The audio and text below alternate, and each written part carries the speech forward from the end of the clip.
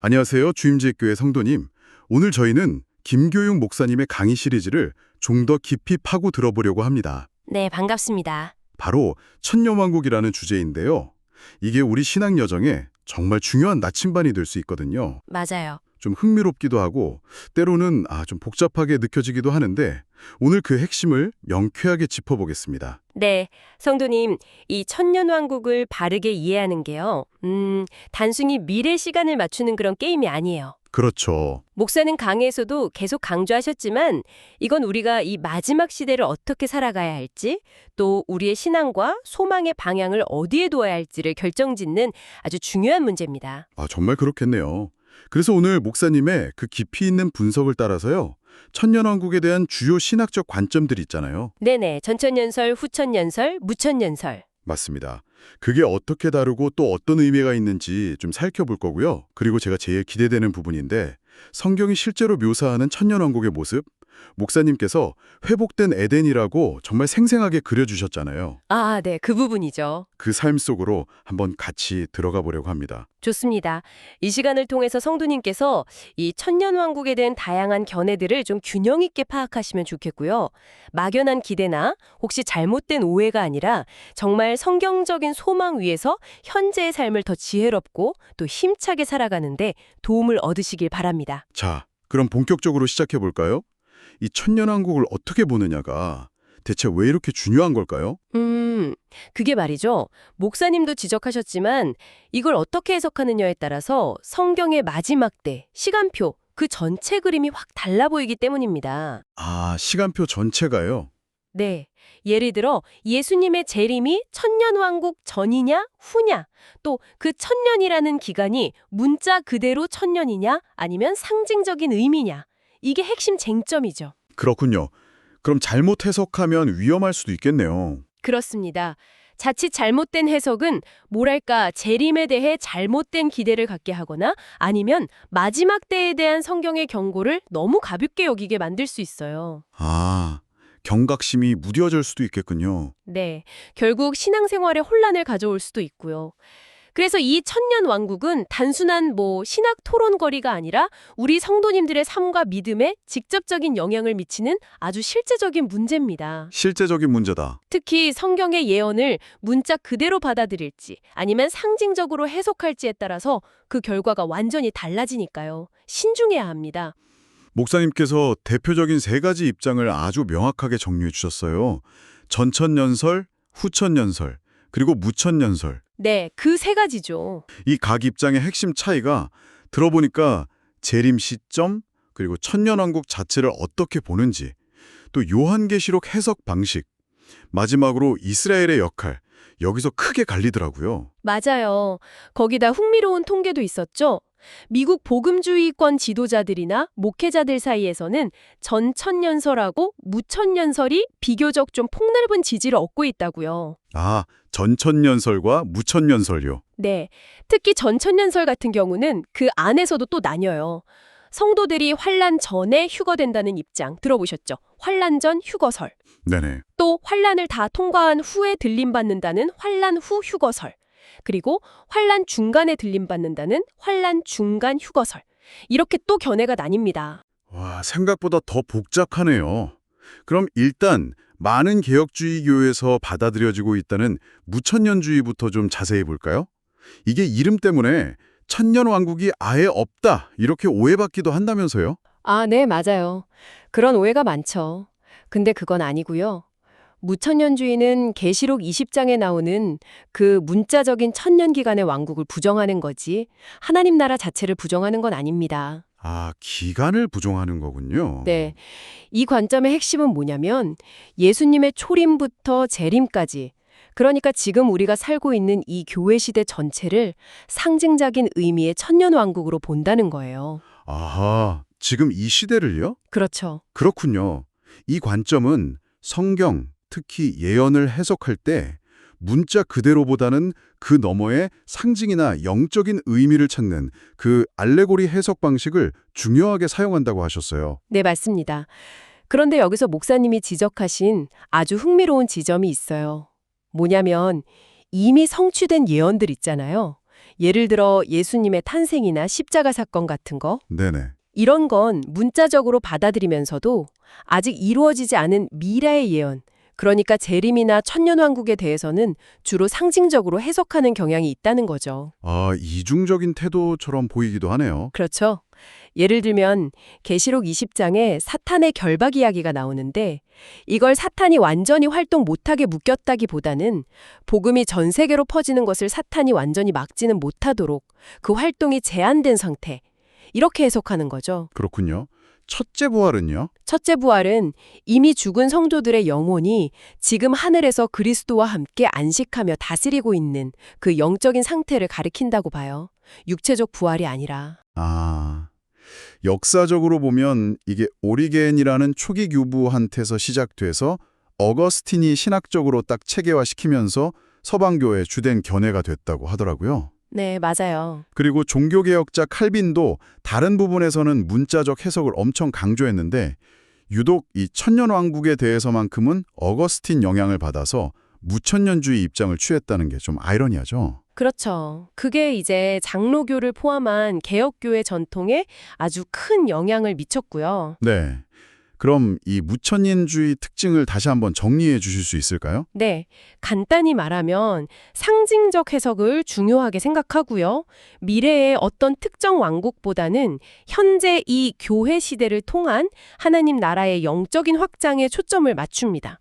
세상이 점점 악해지는 건 인정하지만 그래도 궁극적으로는 교회를 통해 하나님의 뜻이 이루어진다는 뭐랄까 비관적 낙관주의라고 할 수 있겠죠? 비관적 낙관주의. 재미있는 표현이네요. 핵심 주장은 이거예요. 교회 시대가 곧 상징적인 천년 왕국이다. 천년이라는 숫자는 문자적인 천년이 아니라 완전함을 나타내는 상징적인 숫자다. 요한계시록은 상징과 환상으로 가득 찬 묵시문학이다. 그리고 예수님의 재림은 역사의 종말과 함께 딱 한 번 일어나는 단회적 사건이다. 이렇게 요약할 수 있습니다. 하지만 목사님께서는 이 견해에 대해서 성경적으로 좀 질문을 던지셨어요. 가장 우려되는 점이 마지막 때에 대한 성경의 분명한 경고들이 있는데 이걸 다 상징으로 해석하다 보면 재림에 대한 긴장감이나 뭐랄까 깨어 준비해야 한다는 필요성을 좀 약화시킬 수 있다는 거였죠. 맞습니다. 그게 중요한 지적이죠. 또 하나는 교회가 영적으로 이스라엘을 대체했다는 대체 신학을 받아들이는 경향이 있다는 점이에요. 아, 대체 신학이요? 네.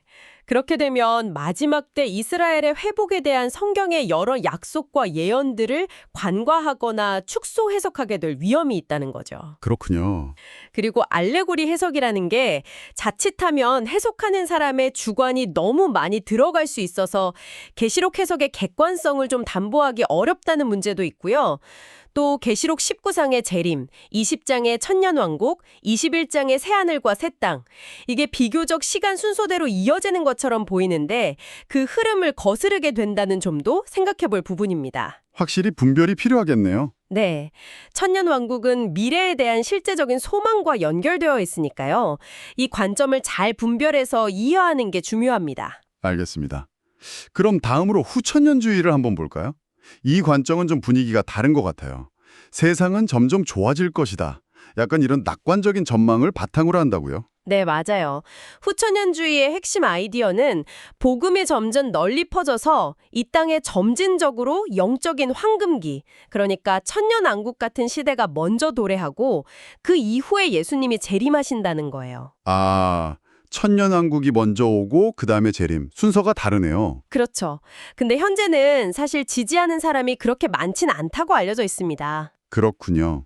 후천년주의는 복음이 단순히 개인 구원에만 머무는 게 아니라 사회와 문화 전체를 변화시키는 힘이 있다고 강조해요. 하나님 나라는 이미 시작됐고 교회의 노력과 복음 전파를 통해서 점진적으로 확장되어서 결국 이 지상의 평화와 정의가 구현되는 일종의 영적인 유토피아가 실현될 거라고 기대하는 거죠. 근거로 드는 구절들도 있다고요? 이 맛이 오며 뜻이 하늘에서 이루어진 것 같이 땅에서도 이루어지이다. 이 구절도 근거로 제시하기도 하고요. 교회의 사회 참여를 독려하는 측면이 있죠. 핵심 주장을 조금 더 자세히 설명해 주시면요.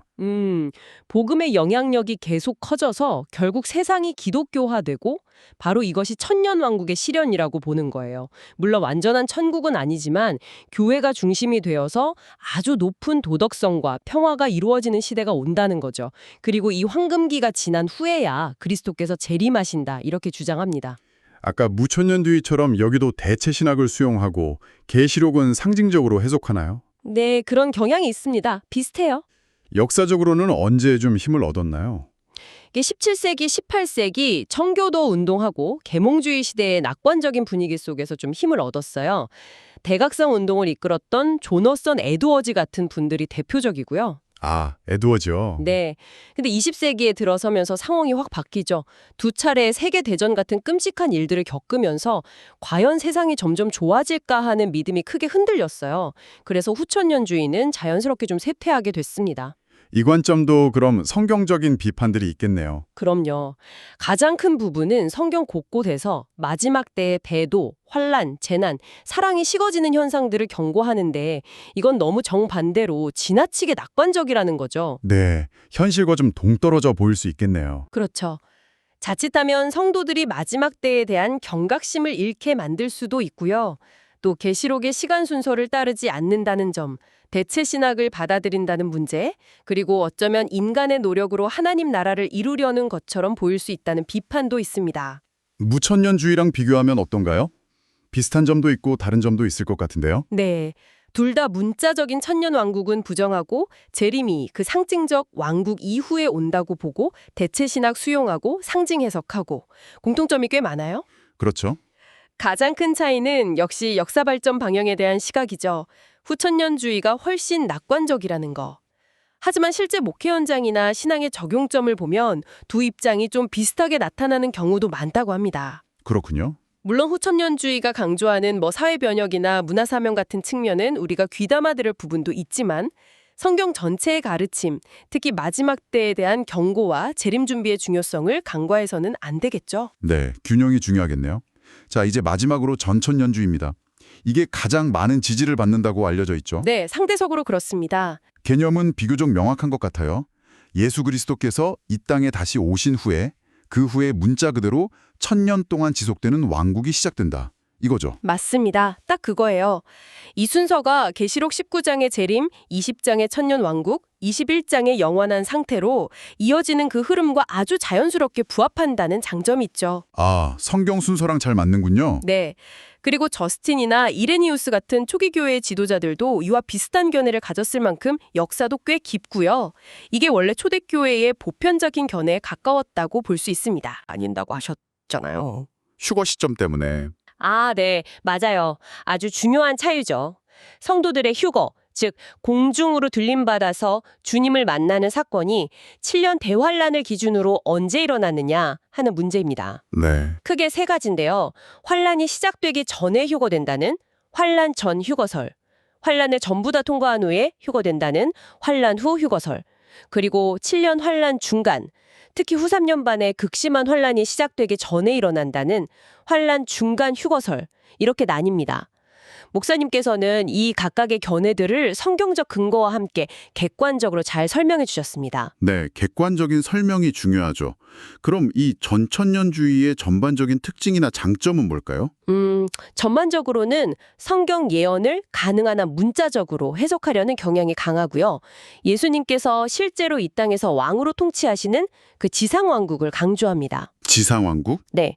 그리고 구약과 신약의 예언들이 구체적으로 성취되는 것을 통해 하나님의 구속 역사가 완성된다고 보는 점도 특징이고요. 또 교회 시대, 환란 시대, 천년 왕국처럼 마지막 때의 시간 구분을 비교적 명확하게 하려는 시도도 합니다. 그중에서도 특히 북미 복음주의권이나 대중적인 종말론 책, 영화 같은데 큰 영향을 미친 게 세대주의적 전천년주의라고 하셨죠. 이게 환란 전 휴거설이랑 관련이 깊다고요. 네, 아주 밀접하게 연결되어 있습니다. 세대주의적 전천년주의의 주요 특징은요. 첫째는 아주 철저한 문자주의 해석 원칙이에요. 철저한 문자주의. 둘째는 이스라엘과 교회를 하나님의 계획 안에서 아주 엄격하게 구별합니다. 셋째는 인류 역사를 하나님께서 각기 다른 방식으로 다루시는 7개의 세대 또는 경륜으로 나누어서 이해하는 것, 이런 것들에 들 수 있습니다. 이게 근데 비교적 최근에 생긴 신학이라고요? 네, 맞아요. 19세기 영국의 존 넬슨 다합이라는 사람을 중심으로 한 플리머스 형제단에서 시작됐어요. 그리고 스코필드 주석 성경이 나오면서 미국을 중심으로 아주 널리 퍼졌죠. 달라스 신학교 같은 기관들이 이걸 확산시키는 데 중요한 역할을 했고요. 한국 교회에도 적지 않은 영향을 주었습니다. 그러니까 초대교회의 전천년주의와는 좀 다른 거군요. 네, 후대에 발전된 신학 체계라고 보는 게 맞습니다. 세대주의의 핵심 주장 중에 하나님이 시대마다 다르게 일하신다는 세대 구분이랑 이스라엘과 교회를 완전히 분리해서 본다는 점이 흥미롭네요. 교회는 약간 임시적인 존재처럼 보는 건가요? 좀 그런 경향이 있어요. 이스라엘의 실패 때문에 잠시 삽입된 과로 시대처럼 보고 하나님의 주된 관심과 역사의 중심은 여전히 이스라엘의 회복과 미래에 있다고 주장하는 경향이 강합니다. 그래서 이걸 왕국 연기론이라고 부르기도 해요. 예수님이 왕국을 가져오셨는데 이스라엘이 거부해서 연기되었다, 뭐 이런 식이죠. 아, 그래서 예언 해석도 아주 문자적으로 하는 거군요. 구약의 약속들이 다 천년왕국에서 문자 그대로 이뤄진다고요? 네, 극단적일 정도의 문자주의를 적용합니다. 그래서 뭐 이스라엘의 땅 회복, 다윗 왕위의 회복 같은 것들이 다 문자 그대로 천년왕국에서 성취될 거라고 믿죠. 그래서 아주 상세한 종말 시나리오를 제시하는데요. 네, 어떤 순서죠? 대표적으로는 교회의 비밀스런 휴거가 먼저 있고 그 다음에 7년 환란이 오는데 이 기간은 교회가 아니라 이스라엘과 세상을 다루는 시간이라고 봐요. 그리고 나서 예수님이 공개적으로 지상 재림하시고 예루살렘을 중심으로 문자적인 천년 왕국 통치가 시작되고 그 후에 백보저 심판이 있고 마지막으로 영원한 상태로 이어진다, 이런 순서입니다. 와, 정말 구체적이네요. 근데 계시록 4장 1절 이리로 올라오라는 말씀을 교회의 휴거로 해석하는 것에 대해서는 목사님께서 좀 비판적으로 검토하셨던 것 같아요. 요한 개인의 입신으로 봐야 한다는? 네, 맞아요.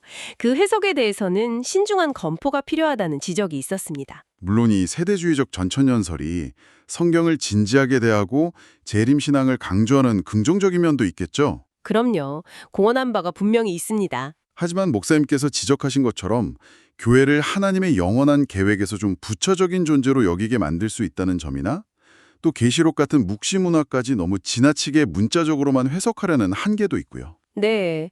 그리고 자칫하면 우리는 어차피 환란 전에 휴거될 거니까 세상의 고난은 우리랑 상관없어, 이런 식의 현실 도피나 패배주의로 이어질 수 있다는 신학적 또 실천적인 문제점도 함께 고려해야 한다고 하셨습니다. 역사적으로 시한부 종말론의 근거로 오용된 사례들도 있었고요. 네, 안타깝게도 그런 일들이 있었죠. 자, 이렇게 다양한 관점들을 정말 숨가쁘게 살펴봤는데요. 잠시 숨을 좀 고르도요. 이제 가장 중요한 질문으로 넘어가 볼까요? 네, 좋죠. 그렇다면 우리가 소망하고 기다리는 그 천년 왕국은 과연 어떤 모습일까? 목사님의 강의를 통해 그려주신 그 회복된 에덴의 모습으로 함께 들어가 보시죠. 좋습니다. 먼저 천년 왕국이 어디에서 펼쳐질까? 이 질문부터 시작해야겠죠. 완전히 살아온 우주, 뭐 다른 행성이 아니라 바로 우리가 지금 발딛고 사는 이 땅입니다. 아, 바로 이 땅이요. 네. 하지만 지금처럼 오염되고 망가진 모습 그대로는 아니겠죠. 이사야 65장 17절에 새하늘과 새 땅이라는 표현이 나오는데 여기서 새롭다는 히브리어 하다샤, 헬라어 카이노스라는 단어는 완전히 다른 종류의 것, 헬라어 네오스를 의미한다기보다는요, 기존의 것이 죄와 저주로부터 깨끗하게 정화되고 갱신되고 회복된 상태를 의미해요. 아, 완전히 새 것이라기보다는 리모델링 같은 거군요. 그렇죠. 비유하자면 낡은 집을 완전히 허물고 새로 짓는 게 아니라 아주 멋지게 리모델링해서 새 집처럼 만드는 것에 가깝습니다. 이 땅이 불로 정화되어서 마치 에덴 동산처럼 회복된 상태, 그곳이 바로 천년왕국의 무대입니다. 이게 그럼 계시록 21장에 나오는 영원한 상태의 새 하늘과 새 땅과는 다른 거군요? 네, 분명히 구별해야 합니다. 천년왕국의 새하늘과 새 땅은 과도기적인 단계의 회복이고요. 계시록 21장의 그것은 영원한 상태를 말합니다. 아, 그렇군요. 현재의 이 죄악된 세상과 저 완전한 영원 상태 사이에 어떤 징검다리 같은 기간이네요. 맞아요. 사탄이 1000년 동안 무적행에 갇혀서 활동하지 못하는 동안 죄의 영향력이 제거된 상태에서 펼쳐지는 회복된 세상이죠. 첫 창조의 에덴과 비슷하지만 1000년이라는 시간적 제한이 있는 특별한 왕국인 셈입니다. 와. 그럼 그곳에서의 삶은 어떨까요? 상상만 해도 좋은데요? 네, 이사야 65장 17절부터 25절까지를 보면 그 모습을 엿볼 수 있어요. 첫째는 기쁨과 평화가 충만합니다. 슬픔이나 울부짖음이 더 이상 없고 오직 즐거움과 기쁨만이 가득할 거예요. 18절, 19절. 눈물이 없는 곳. 그렇죠. 둘째는 놀라운 건강과 장수가 회복됩니다. 100세에 죽는 걸 아이가 죽었다고 여길 정도래요. 20절. 사람들의 수명이 나무의 수명처럼 길어질 거고요. 22절. 와, 100세가 젊은이라니. 네, 1000년이라는 기간 동안 죽음 자체가 완전히 없어지는 건 아니에요. 그게 영원한 상태와의 차이점 중 하나인데 실제로는 거의 죽음을 경험하지 않는 정말 에덴 동산처럼 생명력이 넘치는 상태를 누리게 될 겁니다. 그럼 먹고 사는 문제는요? 일은 해야 하나요? 네, 여전히 생산적인 활동을 합니다. 사람들이 직접 집을 짓고 살고 포도원을 만들어서 열매를 먹고 그래요. 21절에서 23절인데 그런데 중요한 건 아담이 타락하기 전 에덴 동산에서 그랬던 것처럼 더 이상 생존을 위한 고통스러운 노동이 아니라는 거죠. 아, 기쁨으로 하는 노동. 맞아요. 기쁨과 보람 속에서 일하고 수고한 만큼 풍성한 결실을 얻고 또 다른 사람에게 빼앗기거나 착취당하는 일도 전혀 없을 겁니다. 정말 이상적인 모습이네요. 그리고 무엇보다 중요한 건 관계의 회복입니다. 하나님과는 우리가 부르기도 전에 이미 응답하실 정도로 아주 친밀하고 즉각적인 교제가 이루어지고요. 24절. 와, 사람들 사이에는 불이나 다툼이 전혀 없이 온전한 정의와 평화가 강같이 흐를 겁니다. 23절이요. 그리고 놀랍게도 인간과 자연 사이에 깨어졌던 관계까지 회복돼요. 자연과의 관계요? 네, 이리가 어린 양과 함께 풀을 뜯고 사자가 소처럼 짚을 먹고 뱀이 흙을 양식으로 삼고 즉 서로 해치거나 상하게 하는 일이 전혀 없는 완전 평화로운 공존이 이루어지는 거죠. 이것이 바로 목사님이 말씀하신 회복된 에덴의 모습입니다. 정말 말 그대로 에덴이 회복되는 거네요. 그러면 천년왕국과 우리가 최종적으로 들어갈 그 영원한 왕국, 그러니까 새하늘과 새 땅, 새 예루살렘을 잘 구분하는 게 중요하겠어요. 아주 중요합니다. 천년왕국은 회복된 지상에서의 삶이고 여전히 해와 달이 빛을 주지만 영원한 왕국은 하나님 자신이 빛이 되시고 더 이상 자연적인 생육활동이나 결혼, 출산, 심지어 죽음의 가능성 자체가 아예 없는 완전히 새로운 차원의 삶이죠. 정리하면 천년왕국은 에덴의 회복이고 영원한 왕국은 창조의 최종 완성이라고 할 수 있겠네요. 정확합니다. 그렇게 이해하시면 됩니다. 그런데 이사야 선지자가 65장에서 묘사한 새 하늘과 새 땅에는 천년 왕국의 모습이랑 영원한 왕국의 모습이 약간 섞여 있는 것처럼 보이기도 하던데요. 아, 네. 그 점에 대해서 목사님이 설명해 주셨는데 그게 구약 시대 예언의 특징 중 하나인 예언적 원근 통시법 때문이라고 하셨어요. 예언적 원근 통시법. 그게 뭔가요? 마치 우리가 멀리 있는 산봉우리들을 볼 때 가까운 봉우리와 먼 봉우리가 겹쳐 보이는 것처럼요. 이사야 선지자는 장차 도래할 메시아 왕국 전체를 하나의 큰 그림으로 보았기 때문에 그 결과 천년 왕국의 구체적인 모습과 영원한 왕국의 영광스러운 모습이 함께 투영되어 나타났다는 거죠. 아하, 그래서 겹쳐 보였군요. 네. 그런데 신약의 요한계시록은 이 둘을 시간적으로 더 명확하게 구분해서 보여주는 거고요. 계시의 점진성이라고 할 수 있겠죠. 와, 오늘 정말 목사님의 가르침을 따라서 천년 왕국에 대한 다양한 관점들을 쭉 살펴보고 또 무엇보다 우리가 소망하는 그 나라가 얼마나 영광스럽고 실제적인 회복된 에덴인지 깊이 알게 된 것 같습니다. 네. 저도 나누면서 다시 한번 그 소망이 새로워지는 것 같습니다. 이 소망이 그냥 막연한 미래의 이야기가 아니라 지금 우리의 신앙과 삶에 직접적인 영향을 미치는 그런 살아있는 능력이 된다는 걸 다시 한번 깨닫게 되네요. 그렇습니다. 목사님께서 드신 비유가 참 좋았어요. 몸이 아플 때 약을 먹으면서 빨리 나아서 건강해져야지 기대하는 것처럼요. 우리도 이 땅에서 겪는 여러 질병, 고통, 슬픔, 수고로움 이런 것들이 완전히 사라지고 주님과 함께 참된 기쁨과 평화를 누릴 그 천년 왕국을 간절히 소망해야 합니다. 네. 약 먹는 비유 저도 인상 깊었어요. 그 소망은 우리를 낙심하게 하는 게 아니라 오히려 오늘 하루를 더 거룩하게, 더 의미 있게, 그리고 깨어서 주님 맞을 준비를 하면서 살아가도록 이끄는 강력한 동기가 되는 거죠. 그렇죠. 계시록 1장 3절 말씀처럼 이 예언의 말씀을 읽는 자와 듣는 자와 그 가운데에 기록한 것을 지키는 자는 복이 있나니 때가 가까움이라. 이 말씀을 꼭 기억해야 합니다. 네. 물론 다양한 종말론적인 견해들에 대해서 성경을 기준으로 잘 분별하는 지혜는 필요하겠죠. 하지만 목사님께서 늘 강조하시듯이 어떤 견해를 가지든 결국 가장 중요한 것은 결국 깨어 준비하는 신앙 그 자체인 것 같습니다. 맞습니다. 핵심은 그거죠. 장차 우리가 그리스도와 더불어 1000년 동안 왕 노릇하게 될 그 영광스러운 약속, 계시록 20장 4절 말씀이잖아요. 그 약속을 굳게 붙잡고 오늘 우리에게 주어진 이 삶의 자리에서 믿음의 선한 싸움을 힘써 싸워나가는 저와 우리 성도님들이 되기를 간절히 소망합니다. 아멘입니다. 마지막으로 성도님께 이 질문을 한번 남겨드리고 싶습니다. 네, 어떤 질문인가요? 성도님, 오늘 우리가 함께 나눈 이 회복될 에덴, 이 천년 왕국의 소망이 오늘 성도님의 삶을 어떻게 변화시킬 수 있을까요? 이 땅의 모든 수고를 마치고 맞이하게 될 그 영광스러운 나라를 바라볼 때 오늘 성도님은 무엇을 위해 기도하고 또 무엇을 위해 살아가시겠습니까? 정말 중요한 질문이네요. 네.